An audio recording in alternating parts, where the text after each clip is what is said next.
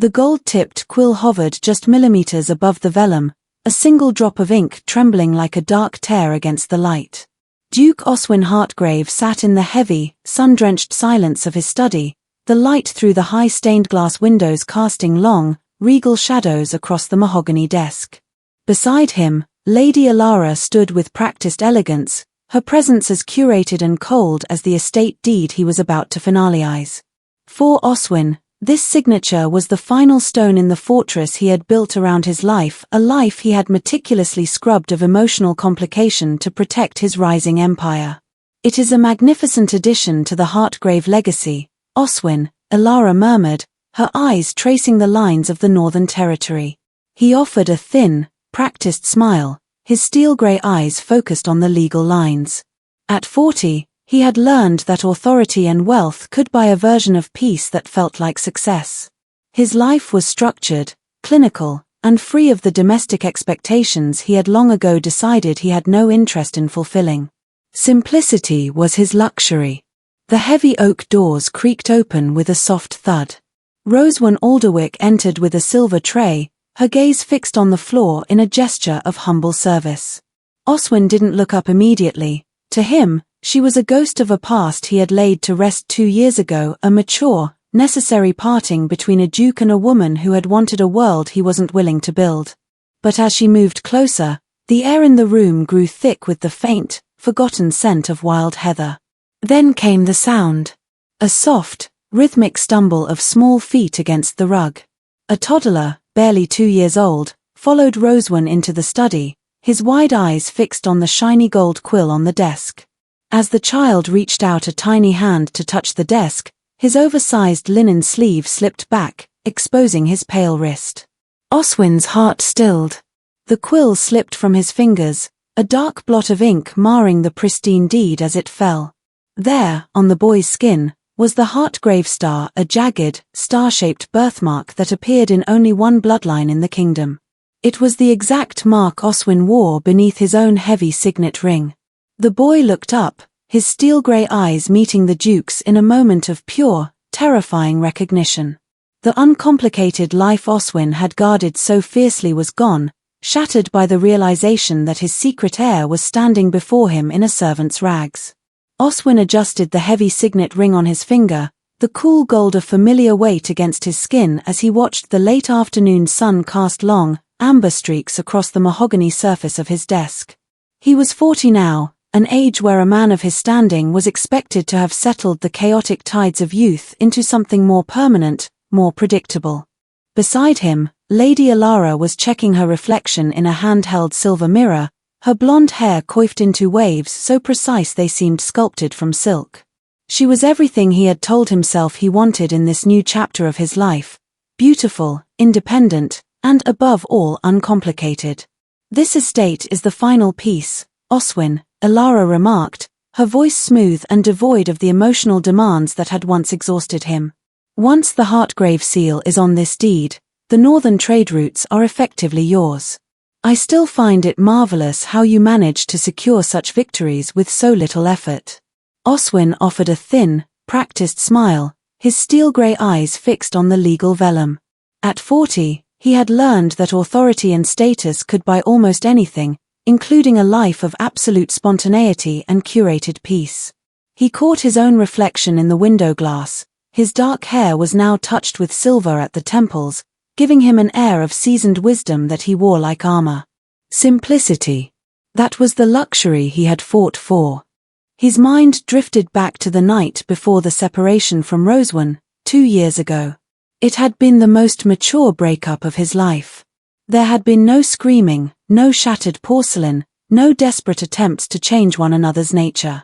He had been honest, brutally so, about his inability to provide the domestic warmth she craved. He had told her that his life was dedicated to the expansion of his family's influence, that he needed a partner who didn't require him to be present for the small, mundane milestones of a quiet life. She had listened with a quiet dignity, nodded, and by the next sunrise, she was gone. Since then, he had built a life that felt like a well-oiled machine. His relationship with Alara was 3 months old, long enough to enjoy her company at balls and gallery openings, but short enough to avoid any heavy discussions about the future. He had convinced himself that he was too resistant to the kind of domestic life others craved, that he was simply built for the cold, clear heights of power. The study doors creaked open. Rhoswen entered, carrying a tray of tea with the cautious precision he remembered so well. He hadn't seen her in the 2 years since she left, and seeing her now in the simple grey linen of a housemaid sent a strange, hollow ache through his chest. She moved through the room with her head down, her auburn hair pulled back in a practical knot. Behind her, a toddler stumbled onto the plush rug. The boy had barely seen 2 summers, moving with the curious, uncoordinated energy of a child discovering the world. Oswyn watched the boy absently, his mind already shifting back to the trade routes, until the child reached for a fallen quill on the edge of the desk. As the toddler stretched his arm, his oversized sleeve slipped back, exposing the pale skin of his wrist. Oswyn's breath caught. There, etched into the boy's skin, was the Hartgrave Star, a jagged, star-shaped birthmark that had appeared on every firstborn male of his line for 5 generations. It was the same mark Oswyn hid beneath his own signet ring. The quill slipped from Oswyn's numb fingers, a heavy blot of ink marring the pristine deed. He looked from the mark to the boy's eyes that were a familiar, piercing steel grey. The uncomplicated silence of his study was suddenly deafening. The life he had so carefully constructed, the one he thought was the only one worth living, felt suddenly, terrifyingly empty. He looked at Rhoswen, who finally raised her eyes to meet his, and in her protective gaze, he saw the devastating truth of everything he had walked away from. Oswyn stood by the floor-to-ceiling windows of his private solar, the sprawling gardens of Hartgrave Manor laid out beneath him like a masterfully painted canvas. 2 days had passed since the ink blot had ruined the northern deed, but the image of the star-shaped birthmark on the boy's wrist remained burned into his mind with a clarity that made everything else seem like background noise. His desk was piled high with urgent correspondence regarding the Northern Trade Alliance, the very empire he had spent his life building, yet for the first time in a decade, he found himself unable to focus on quarterly returns or political leverage. The uncomplicated life he had curated with Lady Alara now felt like a room without air. Every time he closed his eyes, he saw Allard's steel-grey gaze, so hauntingly similar to his own, and Rhoswen's protective, silent composure. He had prided himself on the maturity of their separation, believing that by dismissing her, he had saved them both from a life of incompatibility. Now, the silence of his manor felt less like a luxury and more like a vast, gilded tomb. "You summoned me, Your Grace?" Oswyn turned to find Silas Vane standing in the shadows of the doorway. Vane was a man who specialized in the unseen, a confidential agent whose reputation for discretion was as high as his fees. He was average in height and unremarkable in dress, the kind of man who could blend into a crowd of merchants or stable hands without leaving a single ripple in the air. It was exactly why Oswyn used him for due diligence on business partners, though this time, the business was devastatingly personal. "I need a full account, Silas," Oswyn said, his voice rough. He handed the agent a slip of paper with Rhoswen's last known movements. "Everything. Where she has been for the last 2 years, how she has survived, and the child. I need to know about the child." Vane bowed slightly, his expression unreadable. "Consider it done, Your Grace. I shall have the reports within 24 hours.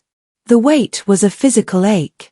Oswyn cancelled a summit with the northern investors, a move that sent ripples of concern through his cabinet. They whispered of a personal crisis, a term Oswyn had always associated with weakness. He spent the night pacing the cold stone floors of his gallery, looking at the portraits of his ancestors. Every one of them wore the same signet ring he did, every one of them had prioritized the bloodline over the heart. He wondered if they, too, had ever looked at their vast estates and felt a sudden, terrifying emptiness. The following evening, Vane returned.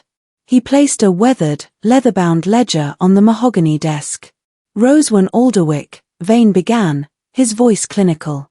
"She has been residing at a small cottage on the edge of the Alderwyck Woods, 3 miles from the village centre.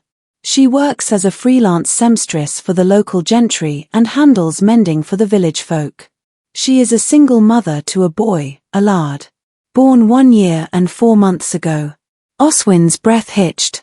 The timing was perfect or terrible, depending on the perspective of a man who had claimed he wanted no complications. The father is not listed on any village record, Vane continued, sliding several charcoal sketches across the desk.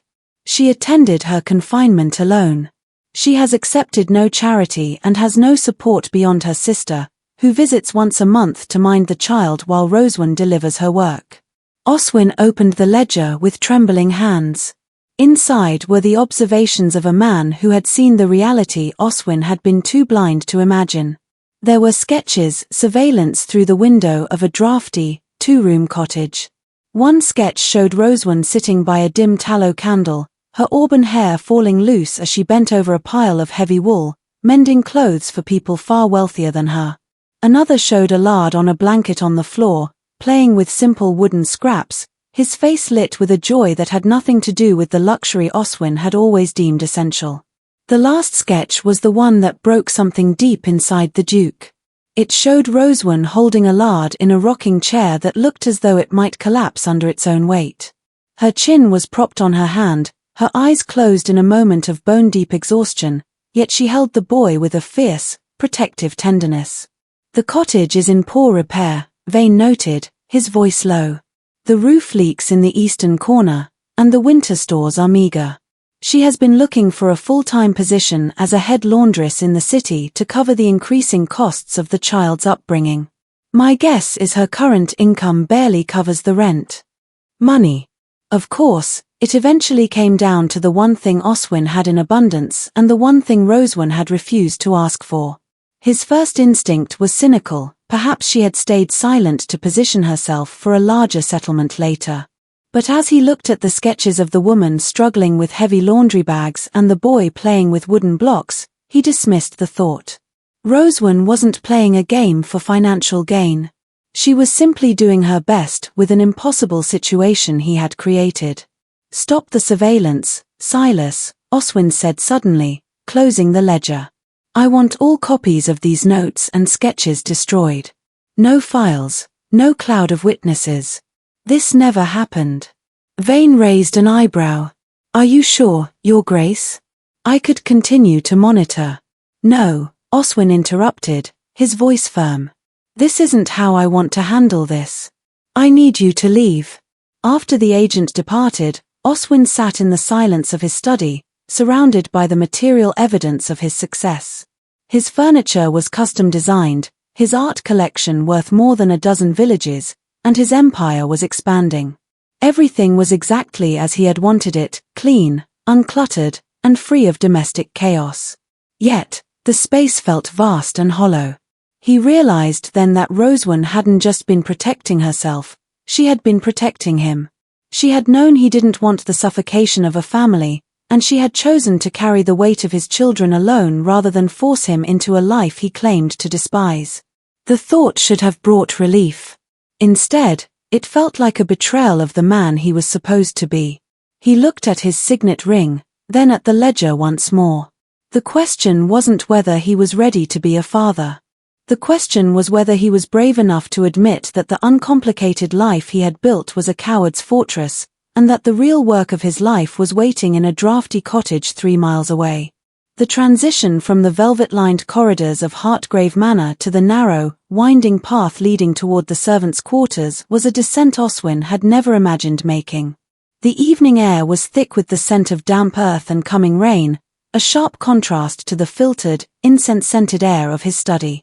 He moved through the shadows of his own estate like a stranger, his heavy boots crunching on the gravel path that led away from the grandeur he had always equated with his identity. He found the entrance to the lower quarters, a side of the manor he usually ignored, where the stone was rougher and the light was dim. Rhoswen had been given a small, isolated room at the far end of the servants' wing, a space meant for privacy but marked by its stark modesty. As he approached the heavy wooden door, Oswyn felt the weight of his signet ring, the symbol of his power, feeling more like a shackle than a crown. He did not knock with the authority of a duke, he paused, his hand hovering over the wood as the sounds of a quiet life drifted through the cracks.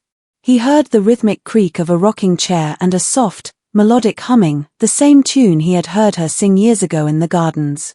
It was a song of wild heather and soft winds, a song that had no place in a world of ledgers and deeds. When he finally pushed the door open, the scene inside hit him with the force of a physical blow. The room was tiny, illuminated only by a single flickering candle and the dying embers of a small hearth. Stacks of mending lay piled on a wooden stool, and a pair of heavy shears sat on the table. In the center of the room sat Rhoswen, her auburn hair falling in loose waves over her shoulders as she cradled a lard. The boy was asleep, his small head resting against the rough linen of her dress, his hand still curled into a tiny fist. Rhoswen froze at the sight of the Duke standing in her doorway. She did not rise, nor did she offer the practiced curtsy of a servant. Instead, she tightened her grip on the child, her green eyes flashing with a protective fierceness that made her seem more regal than any Duchess Oswyn had ever known. "Your Grace," she said, her voice a low, steady whisper that carried the weight of 2 years of silence. "You shouldn't be here. This is not a place for someone of your standing." Oswyn stepped into the room, his presence filling the cramped space. He looked at the leaking ceiling, the thin blankets, and the way her fingers were calloused from hours of needlework. The reality of her struggle, the truth she had carried alone while he played at building empires, made his own life feel suddenly, devastatingly hollow. "Why, Rhoswen?" he asked, his voice rough with a mixture of guilt and confusion. "Why did you stay silent? You knew the boy was a Hartgrave. You knew what his birthmark meant." Rhoswen looked down at Allard, tracing the line of his jaw with a gentle finger. "I knew what it meant to you, Oswyn," she replied. "I remembered the night you told me that children were a complication you couldn't afford. I remembered you saying that your legacy was built on stone and gold, not on the suffocation of a domestic life. I didn't hide him to hurt you. I hid him because I didn't want my son to be a complication in a house that didn't want him." The words were more cutting than any political rival's insult. Oswyn realized that by choosing simplicity, he had forced her into a life of brutal complexity. He looked at Allard, whose peaceful face mirrored his own so perfectly, and felt a surge of a love so intense it left him breathless. It was a love that demanded everything, his reputation, his schedule, his very definition of success. "He is my son," Oswyn said, the realization finally settling in his chest like a stone. "He is my heart," Rhoswen corrected, finally meeting his gaze. "And if you are here to offer him a title but not a father, then you may leave the way you came. I have raised him without your gold, and I will continue to do so if it means he is loved wholeheartedly, and not just out of duty." Oswyn stood in the shadows of the small room, torn between the man he was and the man he realized he needed to become. He looked at the woman he had dismissed and the child he had never known, and for the first time in his life, the Duke of Hartgrave had no words to negotiate his way out of the truth. The silence in the cramped servants' quarters was heavy, broken only by the crackle of the dying hearth and the rhythmic, shallow breathing of the sleeping child. Oswyn stood motionless, his shadow stretching tall and jagged against the uneven stone walls. In the grand halls of Hartgrave Manor, he was a man of absolute command, but here, in the presence of the woman he had discarded and the son he had never known, his authority felt like a costume that no longer fit. He looked at his own hands, hands that had signed treaties, held swords, and navigated the cold complexities of an empire, and found them trembling. Rhoswen watched him, her gaze unwavering. She saw the conflict in the set of his jaw and the way his steel-grey eyes, usually so sharp and calculating, had softened into something resembling a plea. She knew the power of the man before her, but she also knew the hollowness of the life he had chosen. For 2 years, she had protected Allard from the shadow of the Hartgrave legacy, but seeing the Duke now, she realized that some truths were as inevitable as the dawn. 5 minutes, she whispered, her voice barely audible over the wind rattling the small window pane. "I will give you 5 minutes, Oswyn. Not as a duke, and not as a master of this house. Only as a man who wishes to know what he has lost." Oswyn nodded, not trusting his voice. He stepped forward, his heavy boots sounding unnaturally loud on the wooden floorboards. Rhoswen moved with a gentle, practiced grace, shifting a lard in her arms. The toddler stirred, a soft murmur escaping his lips as he was transferred from the warmth of his mother to the uncertain, stiff embrace of his father. As Oswyn took the weight of the boy, a sudden, sharp breath escaped him. Alard was heavier than he expected, a solid, warm reality that seemed to ground Oswyn to the earth in a way his titles never could. He held the child with a terrifying care, as if the boy were made of the finest glass, afraid that the slightest pressure from his calloused fingers might shatter the fragile peace between them. The scent of Alard, a mixture of milk, lavender soap, and the innocent warmth of sleep, hit him with the force of a revelation. This was the complication he had feared. This was the suffocation he had traded for a life of cold, sterile brilliance. Oswyn sat on the edge of the small, narrow bed, his eyes never leaving the boy's face. He traced the curve of Alard's cheek, marveling at the velvet softness of the skin. Then, Alard's small hand moved. The toddler didn't wake, but his fingers drifted upward, brushing against Oswyn's palm before curling firmly around the Duke's index finger. The grip was small, but it felt like a tether. Alard held on with a sense of complete trust, the kind of unearned, absolute faith that only a child can offer to a stranger. As their wrists aligned, the Hartgrave Star on Alard's skin sat beside the heavy gold signet ring on Oswyn's hand, the symbol of the past meeting the undeniable truth of the future. In that moment, the fortress Oswyn had built around his heart didn't just crack, it dissolved. He realized that for all his talk of consistency and building lasting empires, he had built nothing but a monument to his own loneliness. The 5 minutes felt like an eternity and a heartbeat all at once.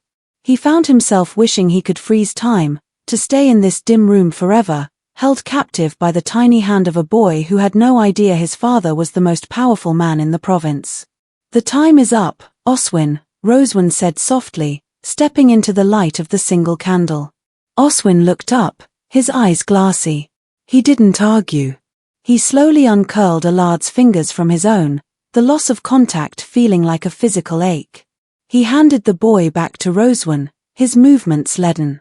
He stood up, the cold air of the room rushing back to fill the space where the child's warmth had been.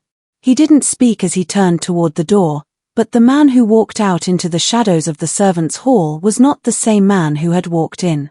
The Duke of Hartgrave had gone to the servants' quarters to confront a secret, but he was leaving with a burden he finally understood was the only one worth carrying. The invitations arrived on silver trays as they always had, embossed with wax seals from the most influential families in the kingdom. There was the midsummer gala at the Earl's estate, a masked ball at the palace, and a high-stakes dinner with the Northern Trade Council. 6 months ago, Oswyn would have accepted them all without a second thought, viewing these events as the necessary fuel for his ever-expanding influence. Now, he watched his secretary's quill scratch regrets onto the heavy parchment with a sense of relief that bordered on treason. He was trading the clinking of crystal and the hollow flattery of the tongue for the rhythmic creak of a rocking chair and the sharp, sudden cries of a toddler who cared nothing for his title. Each evening, as the sun dipped below the horizon and the manor's gargoyles cast long shadows across the grounds, the Duke of Hartgrave underwent a silent transformation. He shed his heavy velvet doublet and stiff lace collar, opting for a simple linen shirt that smelled of the soap Rhoswen used in the laundry. He moved through the servants' wing not with the stride of a master, but with the cautious, almost reverent steps of a man entering a sanctuary he had not yet earned the right to inhabit. He had become a noble intern in the most difficult school he had ever attended. He had commanded regiments and negotiated treaties worth millions, yet he found himself completely defeated by the simple task of spoon-feeding Alard mashed vegetables. "He prefers it if you make a sound, Your Grace," Rhoswen said one evening, her voice carrying a trace of suppressed amusement. She stood by the window, mending a tear in one of Oswyn's silk handkerchiefs, her auburn hair glowing in the soft candlelight. Oswyn looked from the messy spoon to the boy's wide, expectant eyes. He felt ridiculous. He felt vulnerable. And yet, when Alard let out a bubbling laugh as Oswyn mimicked the sound of a galloping horse, A warmth spread through the Duke's chest that made his coldest political victory feel like ash. He spent hours on the floor, his long legs tucked awkwardly beneath him, helping Allard stack wooden blocks into miniature towers. It was a strange irony. He was teaching his son to build, even as he was dismantling the cold, solitary tower of his own life. Sometimes, their hands would touch, the small, soft hand of the child and the large, calloused hand of the man. The Hartgrave Star on Allard's wrist would catch the light, a silent reminder that this bloodline, which Oswyn had once viewed only as a strategic asset, was now a living, breathing reality that required his presence, not just his name. The thriving chaos of the nursery was exhausting. It was loud, it was messy, and it left him with damp spots on his shirts and a back that ached from bending over a low cradle. But as he sat there, watching Allard drift into sleep, Oswyn realized that for the first time in 40 years, he wasn't waiting for the next deal or the next expansion. He was simply there. Lady Alara's letters remained unanswered. The northern investors grew restless. His business partner sent increasingly frantic messages about instability and distraction. To the world, Duke Oswyn Hartgrave was losing his edge. To himself, he was finally finding it. He was a beginner at the art of love, a novice at the work of family, and as he gently tucked the blanket around Allard's shoulders, he knew he had never been more successful. The silence of Hartgrave Manor had once been Oswyn's sanctuary, a testament to his absolute control over his environment. But as he stood in the center of the great hall, surrounded by the towering marble pillars and the cold, unblinking eyes of his ancestors' portraits, the stillness felt suffocating. The air was heavy with the scent of floor wax and history, a scent that offered no room for the laughter of a child or the chaotic warmth of a family. This house was a monument to individual success, a fortress built to keep the world out, but it had become a gilded cage for a man who finally understood what he was missing. He summoned his estate agent, a man named Sterling who had handled the Hartgrave interests for decades. Sterling arrived with leather-bound maps and ledgers, expecting a discussion on expanding the Duke's northern land holdings. Instead, Oswyn met him in the drafty hall, his hands tucked into the pockets of a casual wool coat, his gaze fixed on the high, vaulted ceiling. "I want to sell the manor, Sterling," Oswyn said without preamble. The agent's quill nearly slipped from his fingers. "Sell the manor, Your Grace. The Hartgrave seat. It has been in your family for 3 centuries. It is a mausoleum," Oswyn replied, his voice echoing in the vast space. "I need something else. A house, not a fortress. 3 bedrooms at minimum, with a kitchen large enough for more than just servants to inhabit. It must have a yard, Sterling. A garden with mature trees and space for a child to run without hitting a stone wall." Sterling looked confused, but his professional mask remained intact. "Of course, Your Grace. I shall begin the search immediately." By the following week, Oswyn was standing in the foyer of a smaller estate on the outskirts of Wallingford. It was a manor house, yes, but of a different sort, a craftsman-style stone building with low-slung eaves and wide windows that invited the morning light to stream across the hardwood floors. It didn't have the cold marble of Hartgrave, but it had a sense of purpose that resonated deep in Oswyn's chest. He walked through the kitchen, imagining Rhoswen preparing bottles by the large central island while the sun hit the copper pots. He climbed the stairs to the master suite, which was larger than Rhoswen's entire current apartment and featured a deep window seat perfect for late-night feedings. The previous owners had raised 5 children there, and the evidence of their lives was everywhere, the safety gate still stored in the cellar, the small, notched marks on a doorframe measuring heights over the years, and the sprawling backyard where an ancient oak tree offered a natural canopy for a playground. "What do you think, Your Grace?" Sterling asked as they stood in the room Oswyn had already designated as the nursery. "I think it's perfect for them," Oswyn said softly. He realized then that home was no longer supposed to be a monument to his status, it was supposed to be a place where Allard could grow up safely, where Rhoswen would feel welcome, and where a family could build memories that had nothing to do with titles or deeds. He brought Rhoswen to see it the following afternoon. She walked through the rooms with a cautious, almost fearful grace, her fingers tracing the smooth wood of the window frames. When they reached the backyard, she stood for a long time watching the wind move through the oak leaves. "You're doing this because you feel guilty, Oswyn," she said, her voice barely a whisper. "Guilt is a terrible foundation for a home." Oswyn stepped beside her, his hands behind his back. "I'm doing this because I can't spend another night in a house that doesn't have your voice in it. I'm doing this because a lord deserves to see the sun from a garden, not from a servant's window. It's not about making up for the past, Rhoswen. It's about ensuring the future isn't as empty as the life I've been living." He looked at her, searching for a sign of the trust he had so callously broken 2 years ago. For the first time, her expression softened. She didn't offer a dramatic declaration, but she nodded slowly, her gaze returning to the trees. As they walked back toward the carriage, Oswyn realized he was crossing more than just a physical threshold. He was stepping into a life that would demand everything from him, his time, his pride, and his carefully maintained independence, and in return, it was giving him a purpose he had never found in any boardroom or trade deal. The Duke of Hartgrave was moving out of his fortress, and for the first time in his life, he finally felt like he was going home. The polished silver trays at the Whitefriars Club were no longer laden with invitations for Duke Oswyn Hartgrave. Instead, they carried the heavy, suffocating weight of whispered scandal. For weeks, the alcoves of the gentlemen's clubs and the candlelit corners of the capital's ballrooms had been alive with the same jagged question: what had become of the Steel Duke? The man who had once navigated the northern trade alliances with the cold precision of a diamond cutter had vanished from the public eye, replaced by a ghost who haunted the corridors of a smaller, family-sized estate in Wallingford. Oswyn stood by the fireplace in the club's library, his hands clasped behind his back, staring at the embers.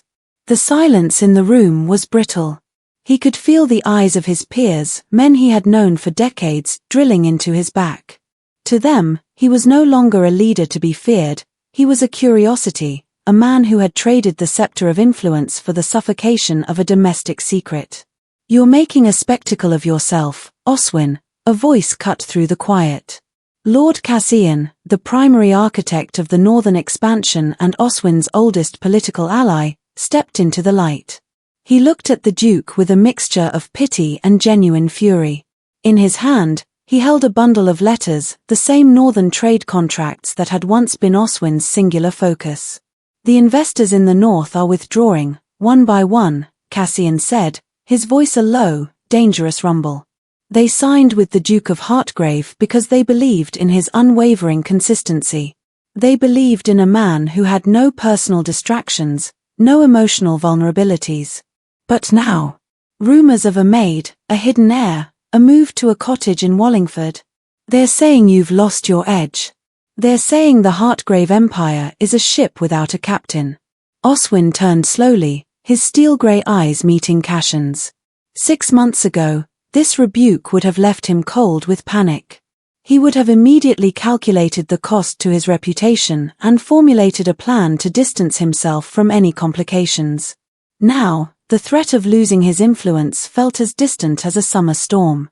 "The Northern deal is a business arrangement, Cassian," Oswyn said, his voice calm and level. "If they cannot trust my judgment because I have chosen to inhabit my own life, then perhaps they were never the right partners to begin with." "Judgment?" Cassian laughed, a harsh, humorless sound. "You've abandoned the capital during the height of the season to play father to a boy who hasn't a name. You're trading a kingdom for a nursery. The Tun is laughing at you, Oswyn. Lady Alara has returned to her father's estate, and the scandal is tanking our influence in the House of Lords. You're not just ruining yourself, you're ruining the legacy your ancestors died to build." Oswyn looked at his signet ring, then thought of Allard's small hand gripping his finger in the dark of the nursery. He thought of the way Rhoswen looked at him, not with the practiced deference of a servant, but with the cautious hope of a woman who was seeing a man finally wake up. "Legacy is more than stone walls and trade routes, Cassian," Oswyn replied. "I spent 40 years building a fortress of influence, only to realize I was the only person inside it. If the price of my power is the abandonment of my son, then it is a price I am no longer willing to pay. The confrontation ended not with a resolution, but with a cold, definitive silence. As Oswyn walked out of the club, the whispering guests in the foyer fell silent, their faces masked in the performative shock of high society. He felt the weight of their scorn like a physical pressure, but as he stepped into his carriage and began the drive toward Wallingford, the tension in his shoulders finally dissipated. He realized then that the empire he had feared losing was nothing more than a collection of judgments from people who did not know him. The scorn of high society was a small price for the reality of the life he was building. As the carriage wheels turned away from the cold marble of the capital and toward the soft shadows of the Wallingford garden, Oswyn Hartgrave understood that the only influence that truly mattered was the one he had over the future of a boy with a star-shaped birthmark. The Council of Lords gathered in the Vault of Records, a chamber carved from ancient stone where the air was thick with the scent of beeswax and the suffocating weight of 3 centuries of tradition. Beneath the vaulted ceiling, the most powerful men in the kingdom sat in a semicircle of high-backed oak chairs, their faces obscured by the flickering shadows of iron candelabras. At the center of the room stood an empty dais, waiting for the man who had once been their North Star. For weeks, they had debated his instability, but today, the Duke of Hartgrave had summoned them to hear his final accounting. The heavy iron-bound doors groaned open, the sound echoing like a thunderclap against the silence. Oswyn stepped into the light, but he did not arrive with the solitary, cold authority they expected. He wore no velvet robes of state, nor did he carry the ceremonial scepter of his office. Instead, he walked with a measured, grounded grace, cradling a small, auburn-haired boy against his chest. A collective, sharp intake of breath filled the room. Lord Cassian stood, his face a mask of pale fury. "Oswyn, what is the meaning of this? You were summoned to defend your legacy, not to bring a nursery into the heart of the High Council." Oswyn did not flinch. He walked to the center of the dais and turned aloud toward the lords. The toddler, sensing the gravity of the room, remained uncharacteristically still, his steel-gray eyes wide with curiosity as he looked at the men who held his father's world in their hands. "I am here to discuss the only legacy that remains relevant," Oswyn began, his voice low and carrying to the furthest corners of the stone vault. "For years, I sat among you and agreed that our value was measured in trade routes, land deeds, and the purity of our political alliances. I built a fortress of influence and called it a life.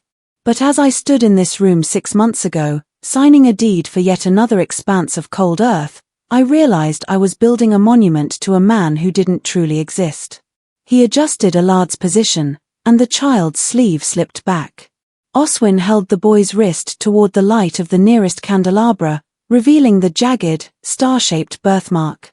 "This is Allard Alderwyck Hartgrave," Oswyn declared, the name ringing out with a finality that silenced the room. "He is the heir to the Hartgrave line, not because of a ledger or a decree, but because of the blood that flows through his veins and the mark he bears. But more importantly, he is my son. And in the months I have spent in a small nursery rather than a ballroom, I have learned a truth that all of our titles cannot buy." He looked directly at Lord Cassian, then at each member of the council. "We spend our lives worrying about how history will record our names, but we forget that history is merely the echo of the people we choose to be. If I lead this council to national expansion but fail to be the man this boy believes me to be, then I have failed entirely. Legacy is not found in the stone walls of our manors or the gold in our vaults. It is found in the humanity we nurture, the trust we build, and the children who carry our values, not just our titles, into a world we will never see." "You are throwing away your power for a scandal," one of the elder lords whispered, his voice trembling with indignation. "I am not throwing it away," Oswyn replied, a slow, genuine smile touching his lips, the first many of them had ever seen. "I am finally using it for something that matters. I will continue to serve the crown and manage the trade alliances, but I will do so as a father first and a duke second. If that makes me unstable in your eyes, then perhaps it is your definition of strength that is flawed." He turned away from the council, his long shadow retreating from the dais. As he walked toward the exit, Allard reached up and gripped Oswyn's finger, his small hand curling around the heavy signet ring. Outside the vault of records, the rain had stopped, and the evening sun was breaking through the clouds. Oswyn took a deep breath of the fresh, damp air, feeling the weight of the council's judgment fall away like old, dry leaves. He wasn't sure if they would follow him or if the Ton would ever truly forgive his distraction, but as he looked down at the boy in his arms, he knew he had finally secured the only deal that was worth the cost of his soul. The park trip was everything Oswyn had learned to expect from family outings with a toddler, delightful and exhausting in equal measure. The morning sun filtered through the sprawling oak trees of the Wallingford Commons, casting dappled light across the blanket where Rhoswen sat, her hands busy with the light mending she never seemed to fully abandon.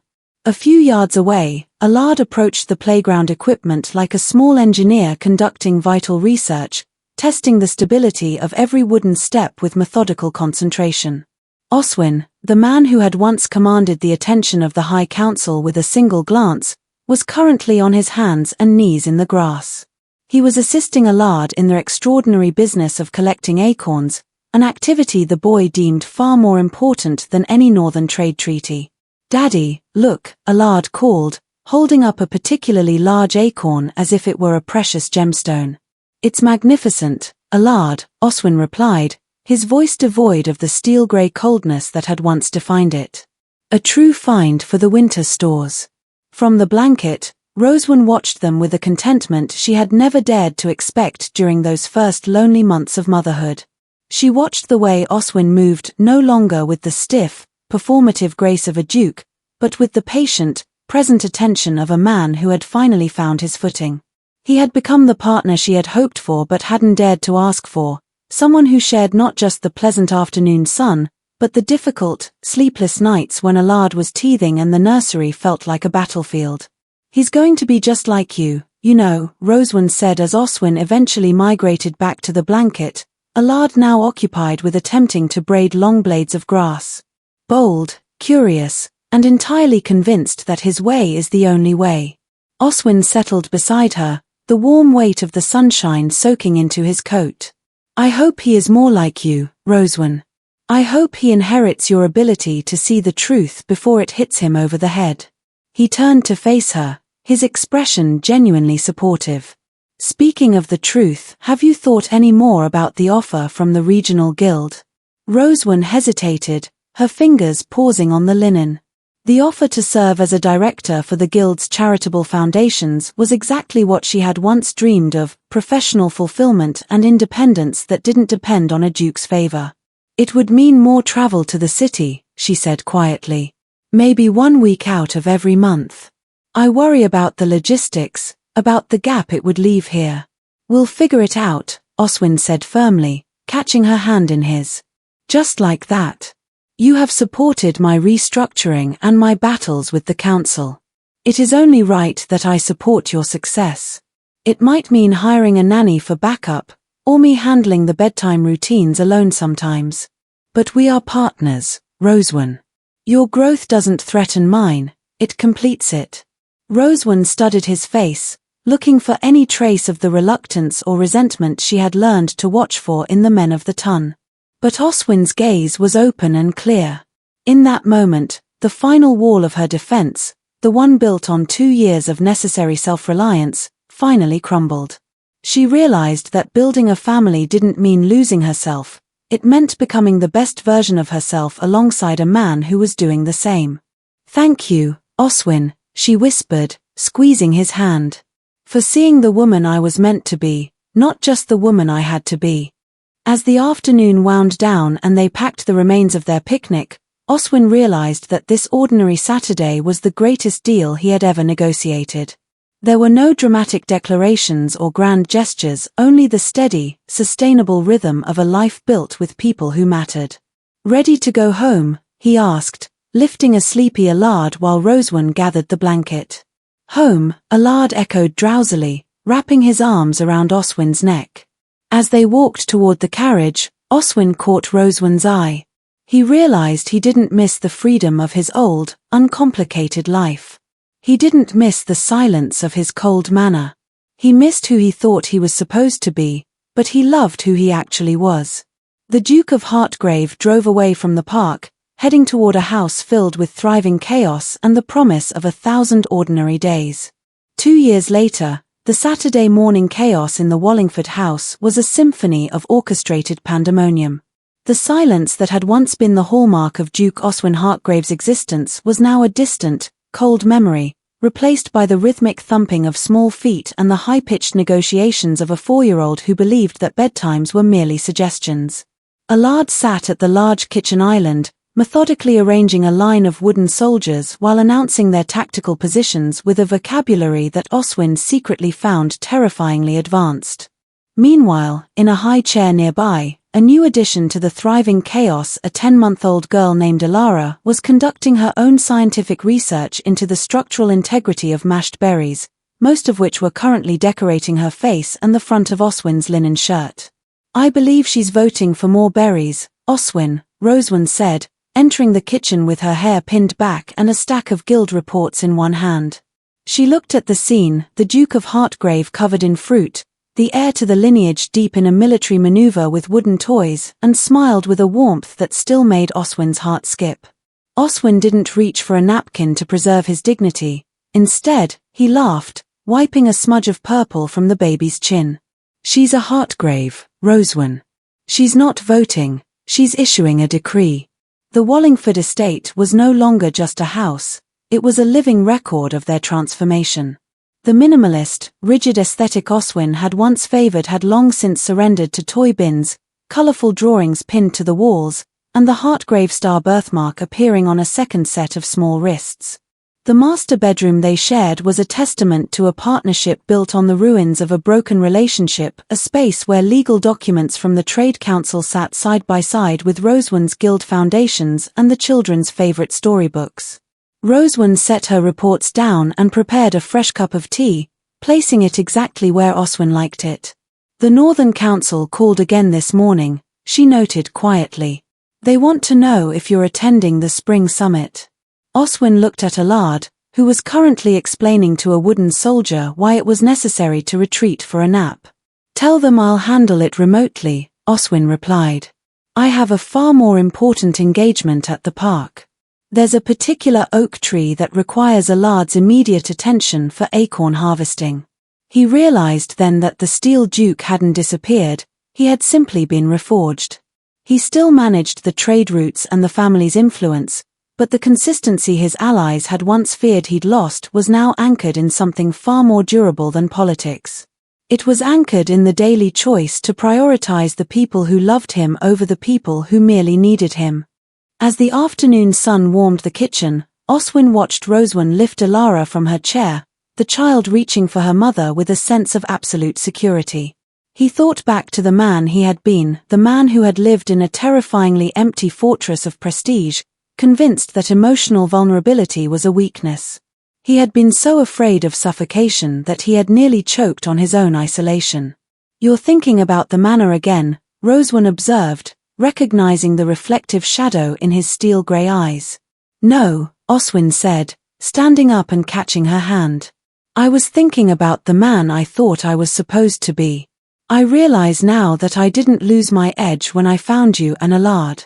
I found the only reason to sharpen it." He looked around the room at the mess, the noise, and the beautiful, complicated truth of his life. He wasn't just a duke anymore, he was a father, a partner, and a man who understood that success wasn't measured in the height of his stone walls, but in the laughter that filled them. Thriving in the chaos wasn't a compromise, it was the victory he had been searching for all along. As Allard called for Daddy to help with a particularly stubborn wooden horse, Oswyn realized he had finally become the man he was always meant to be.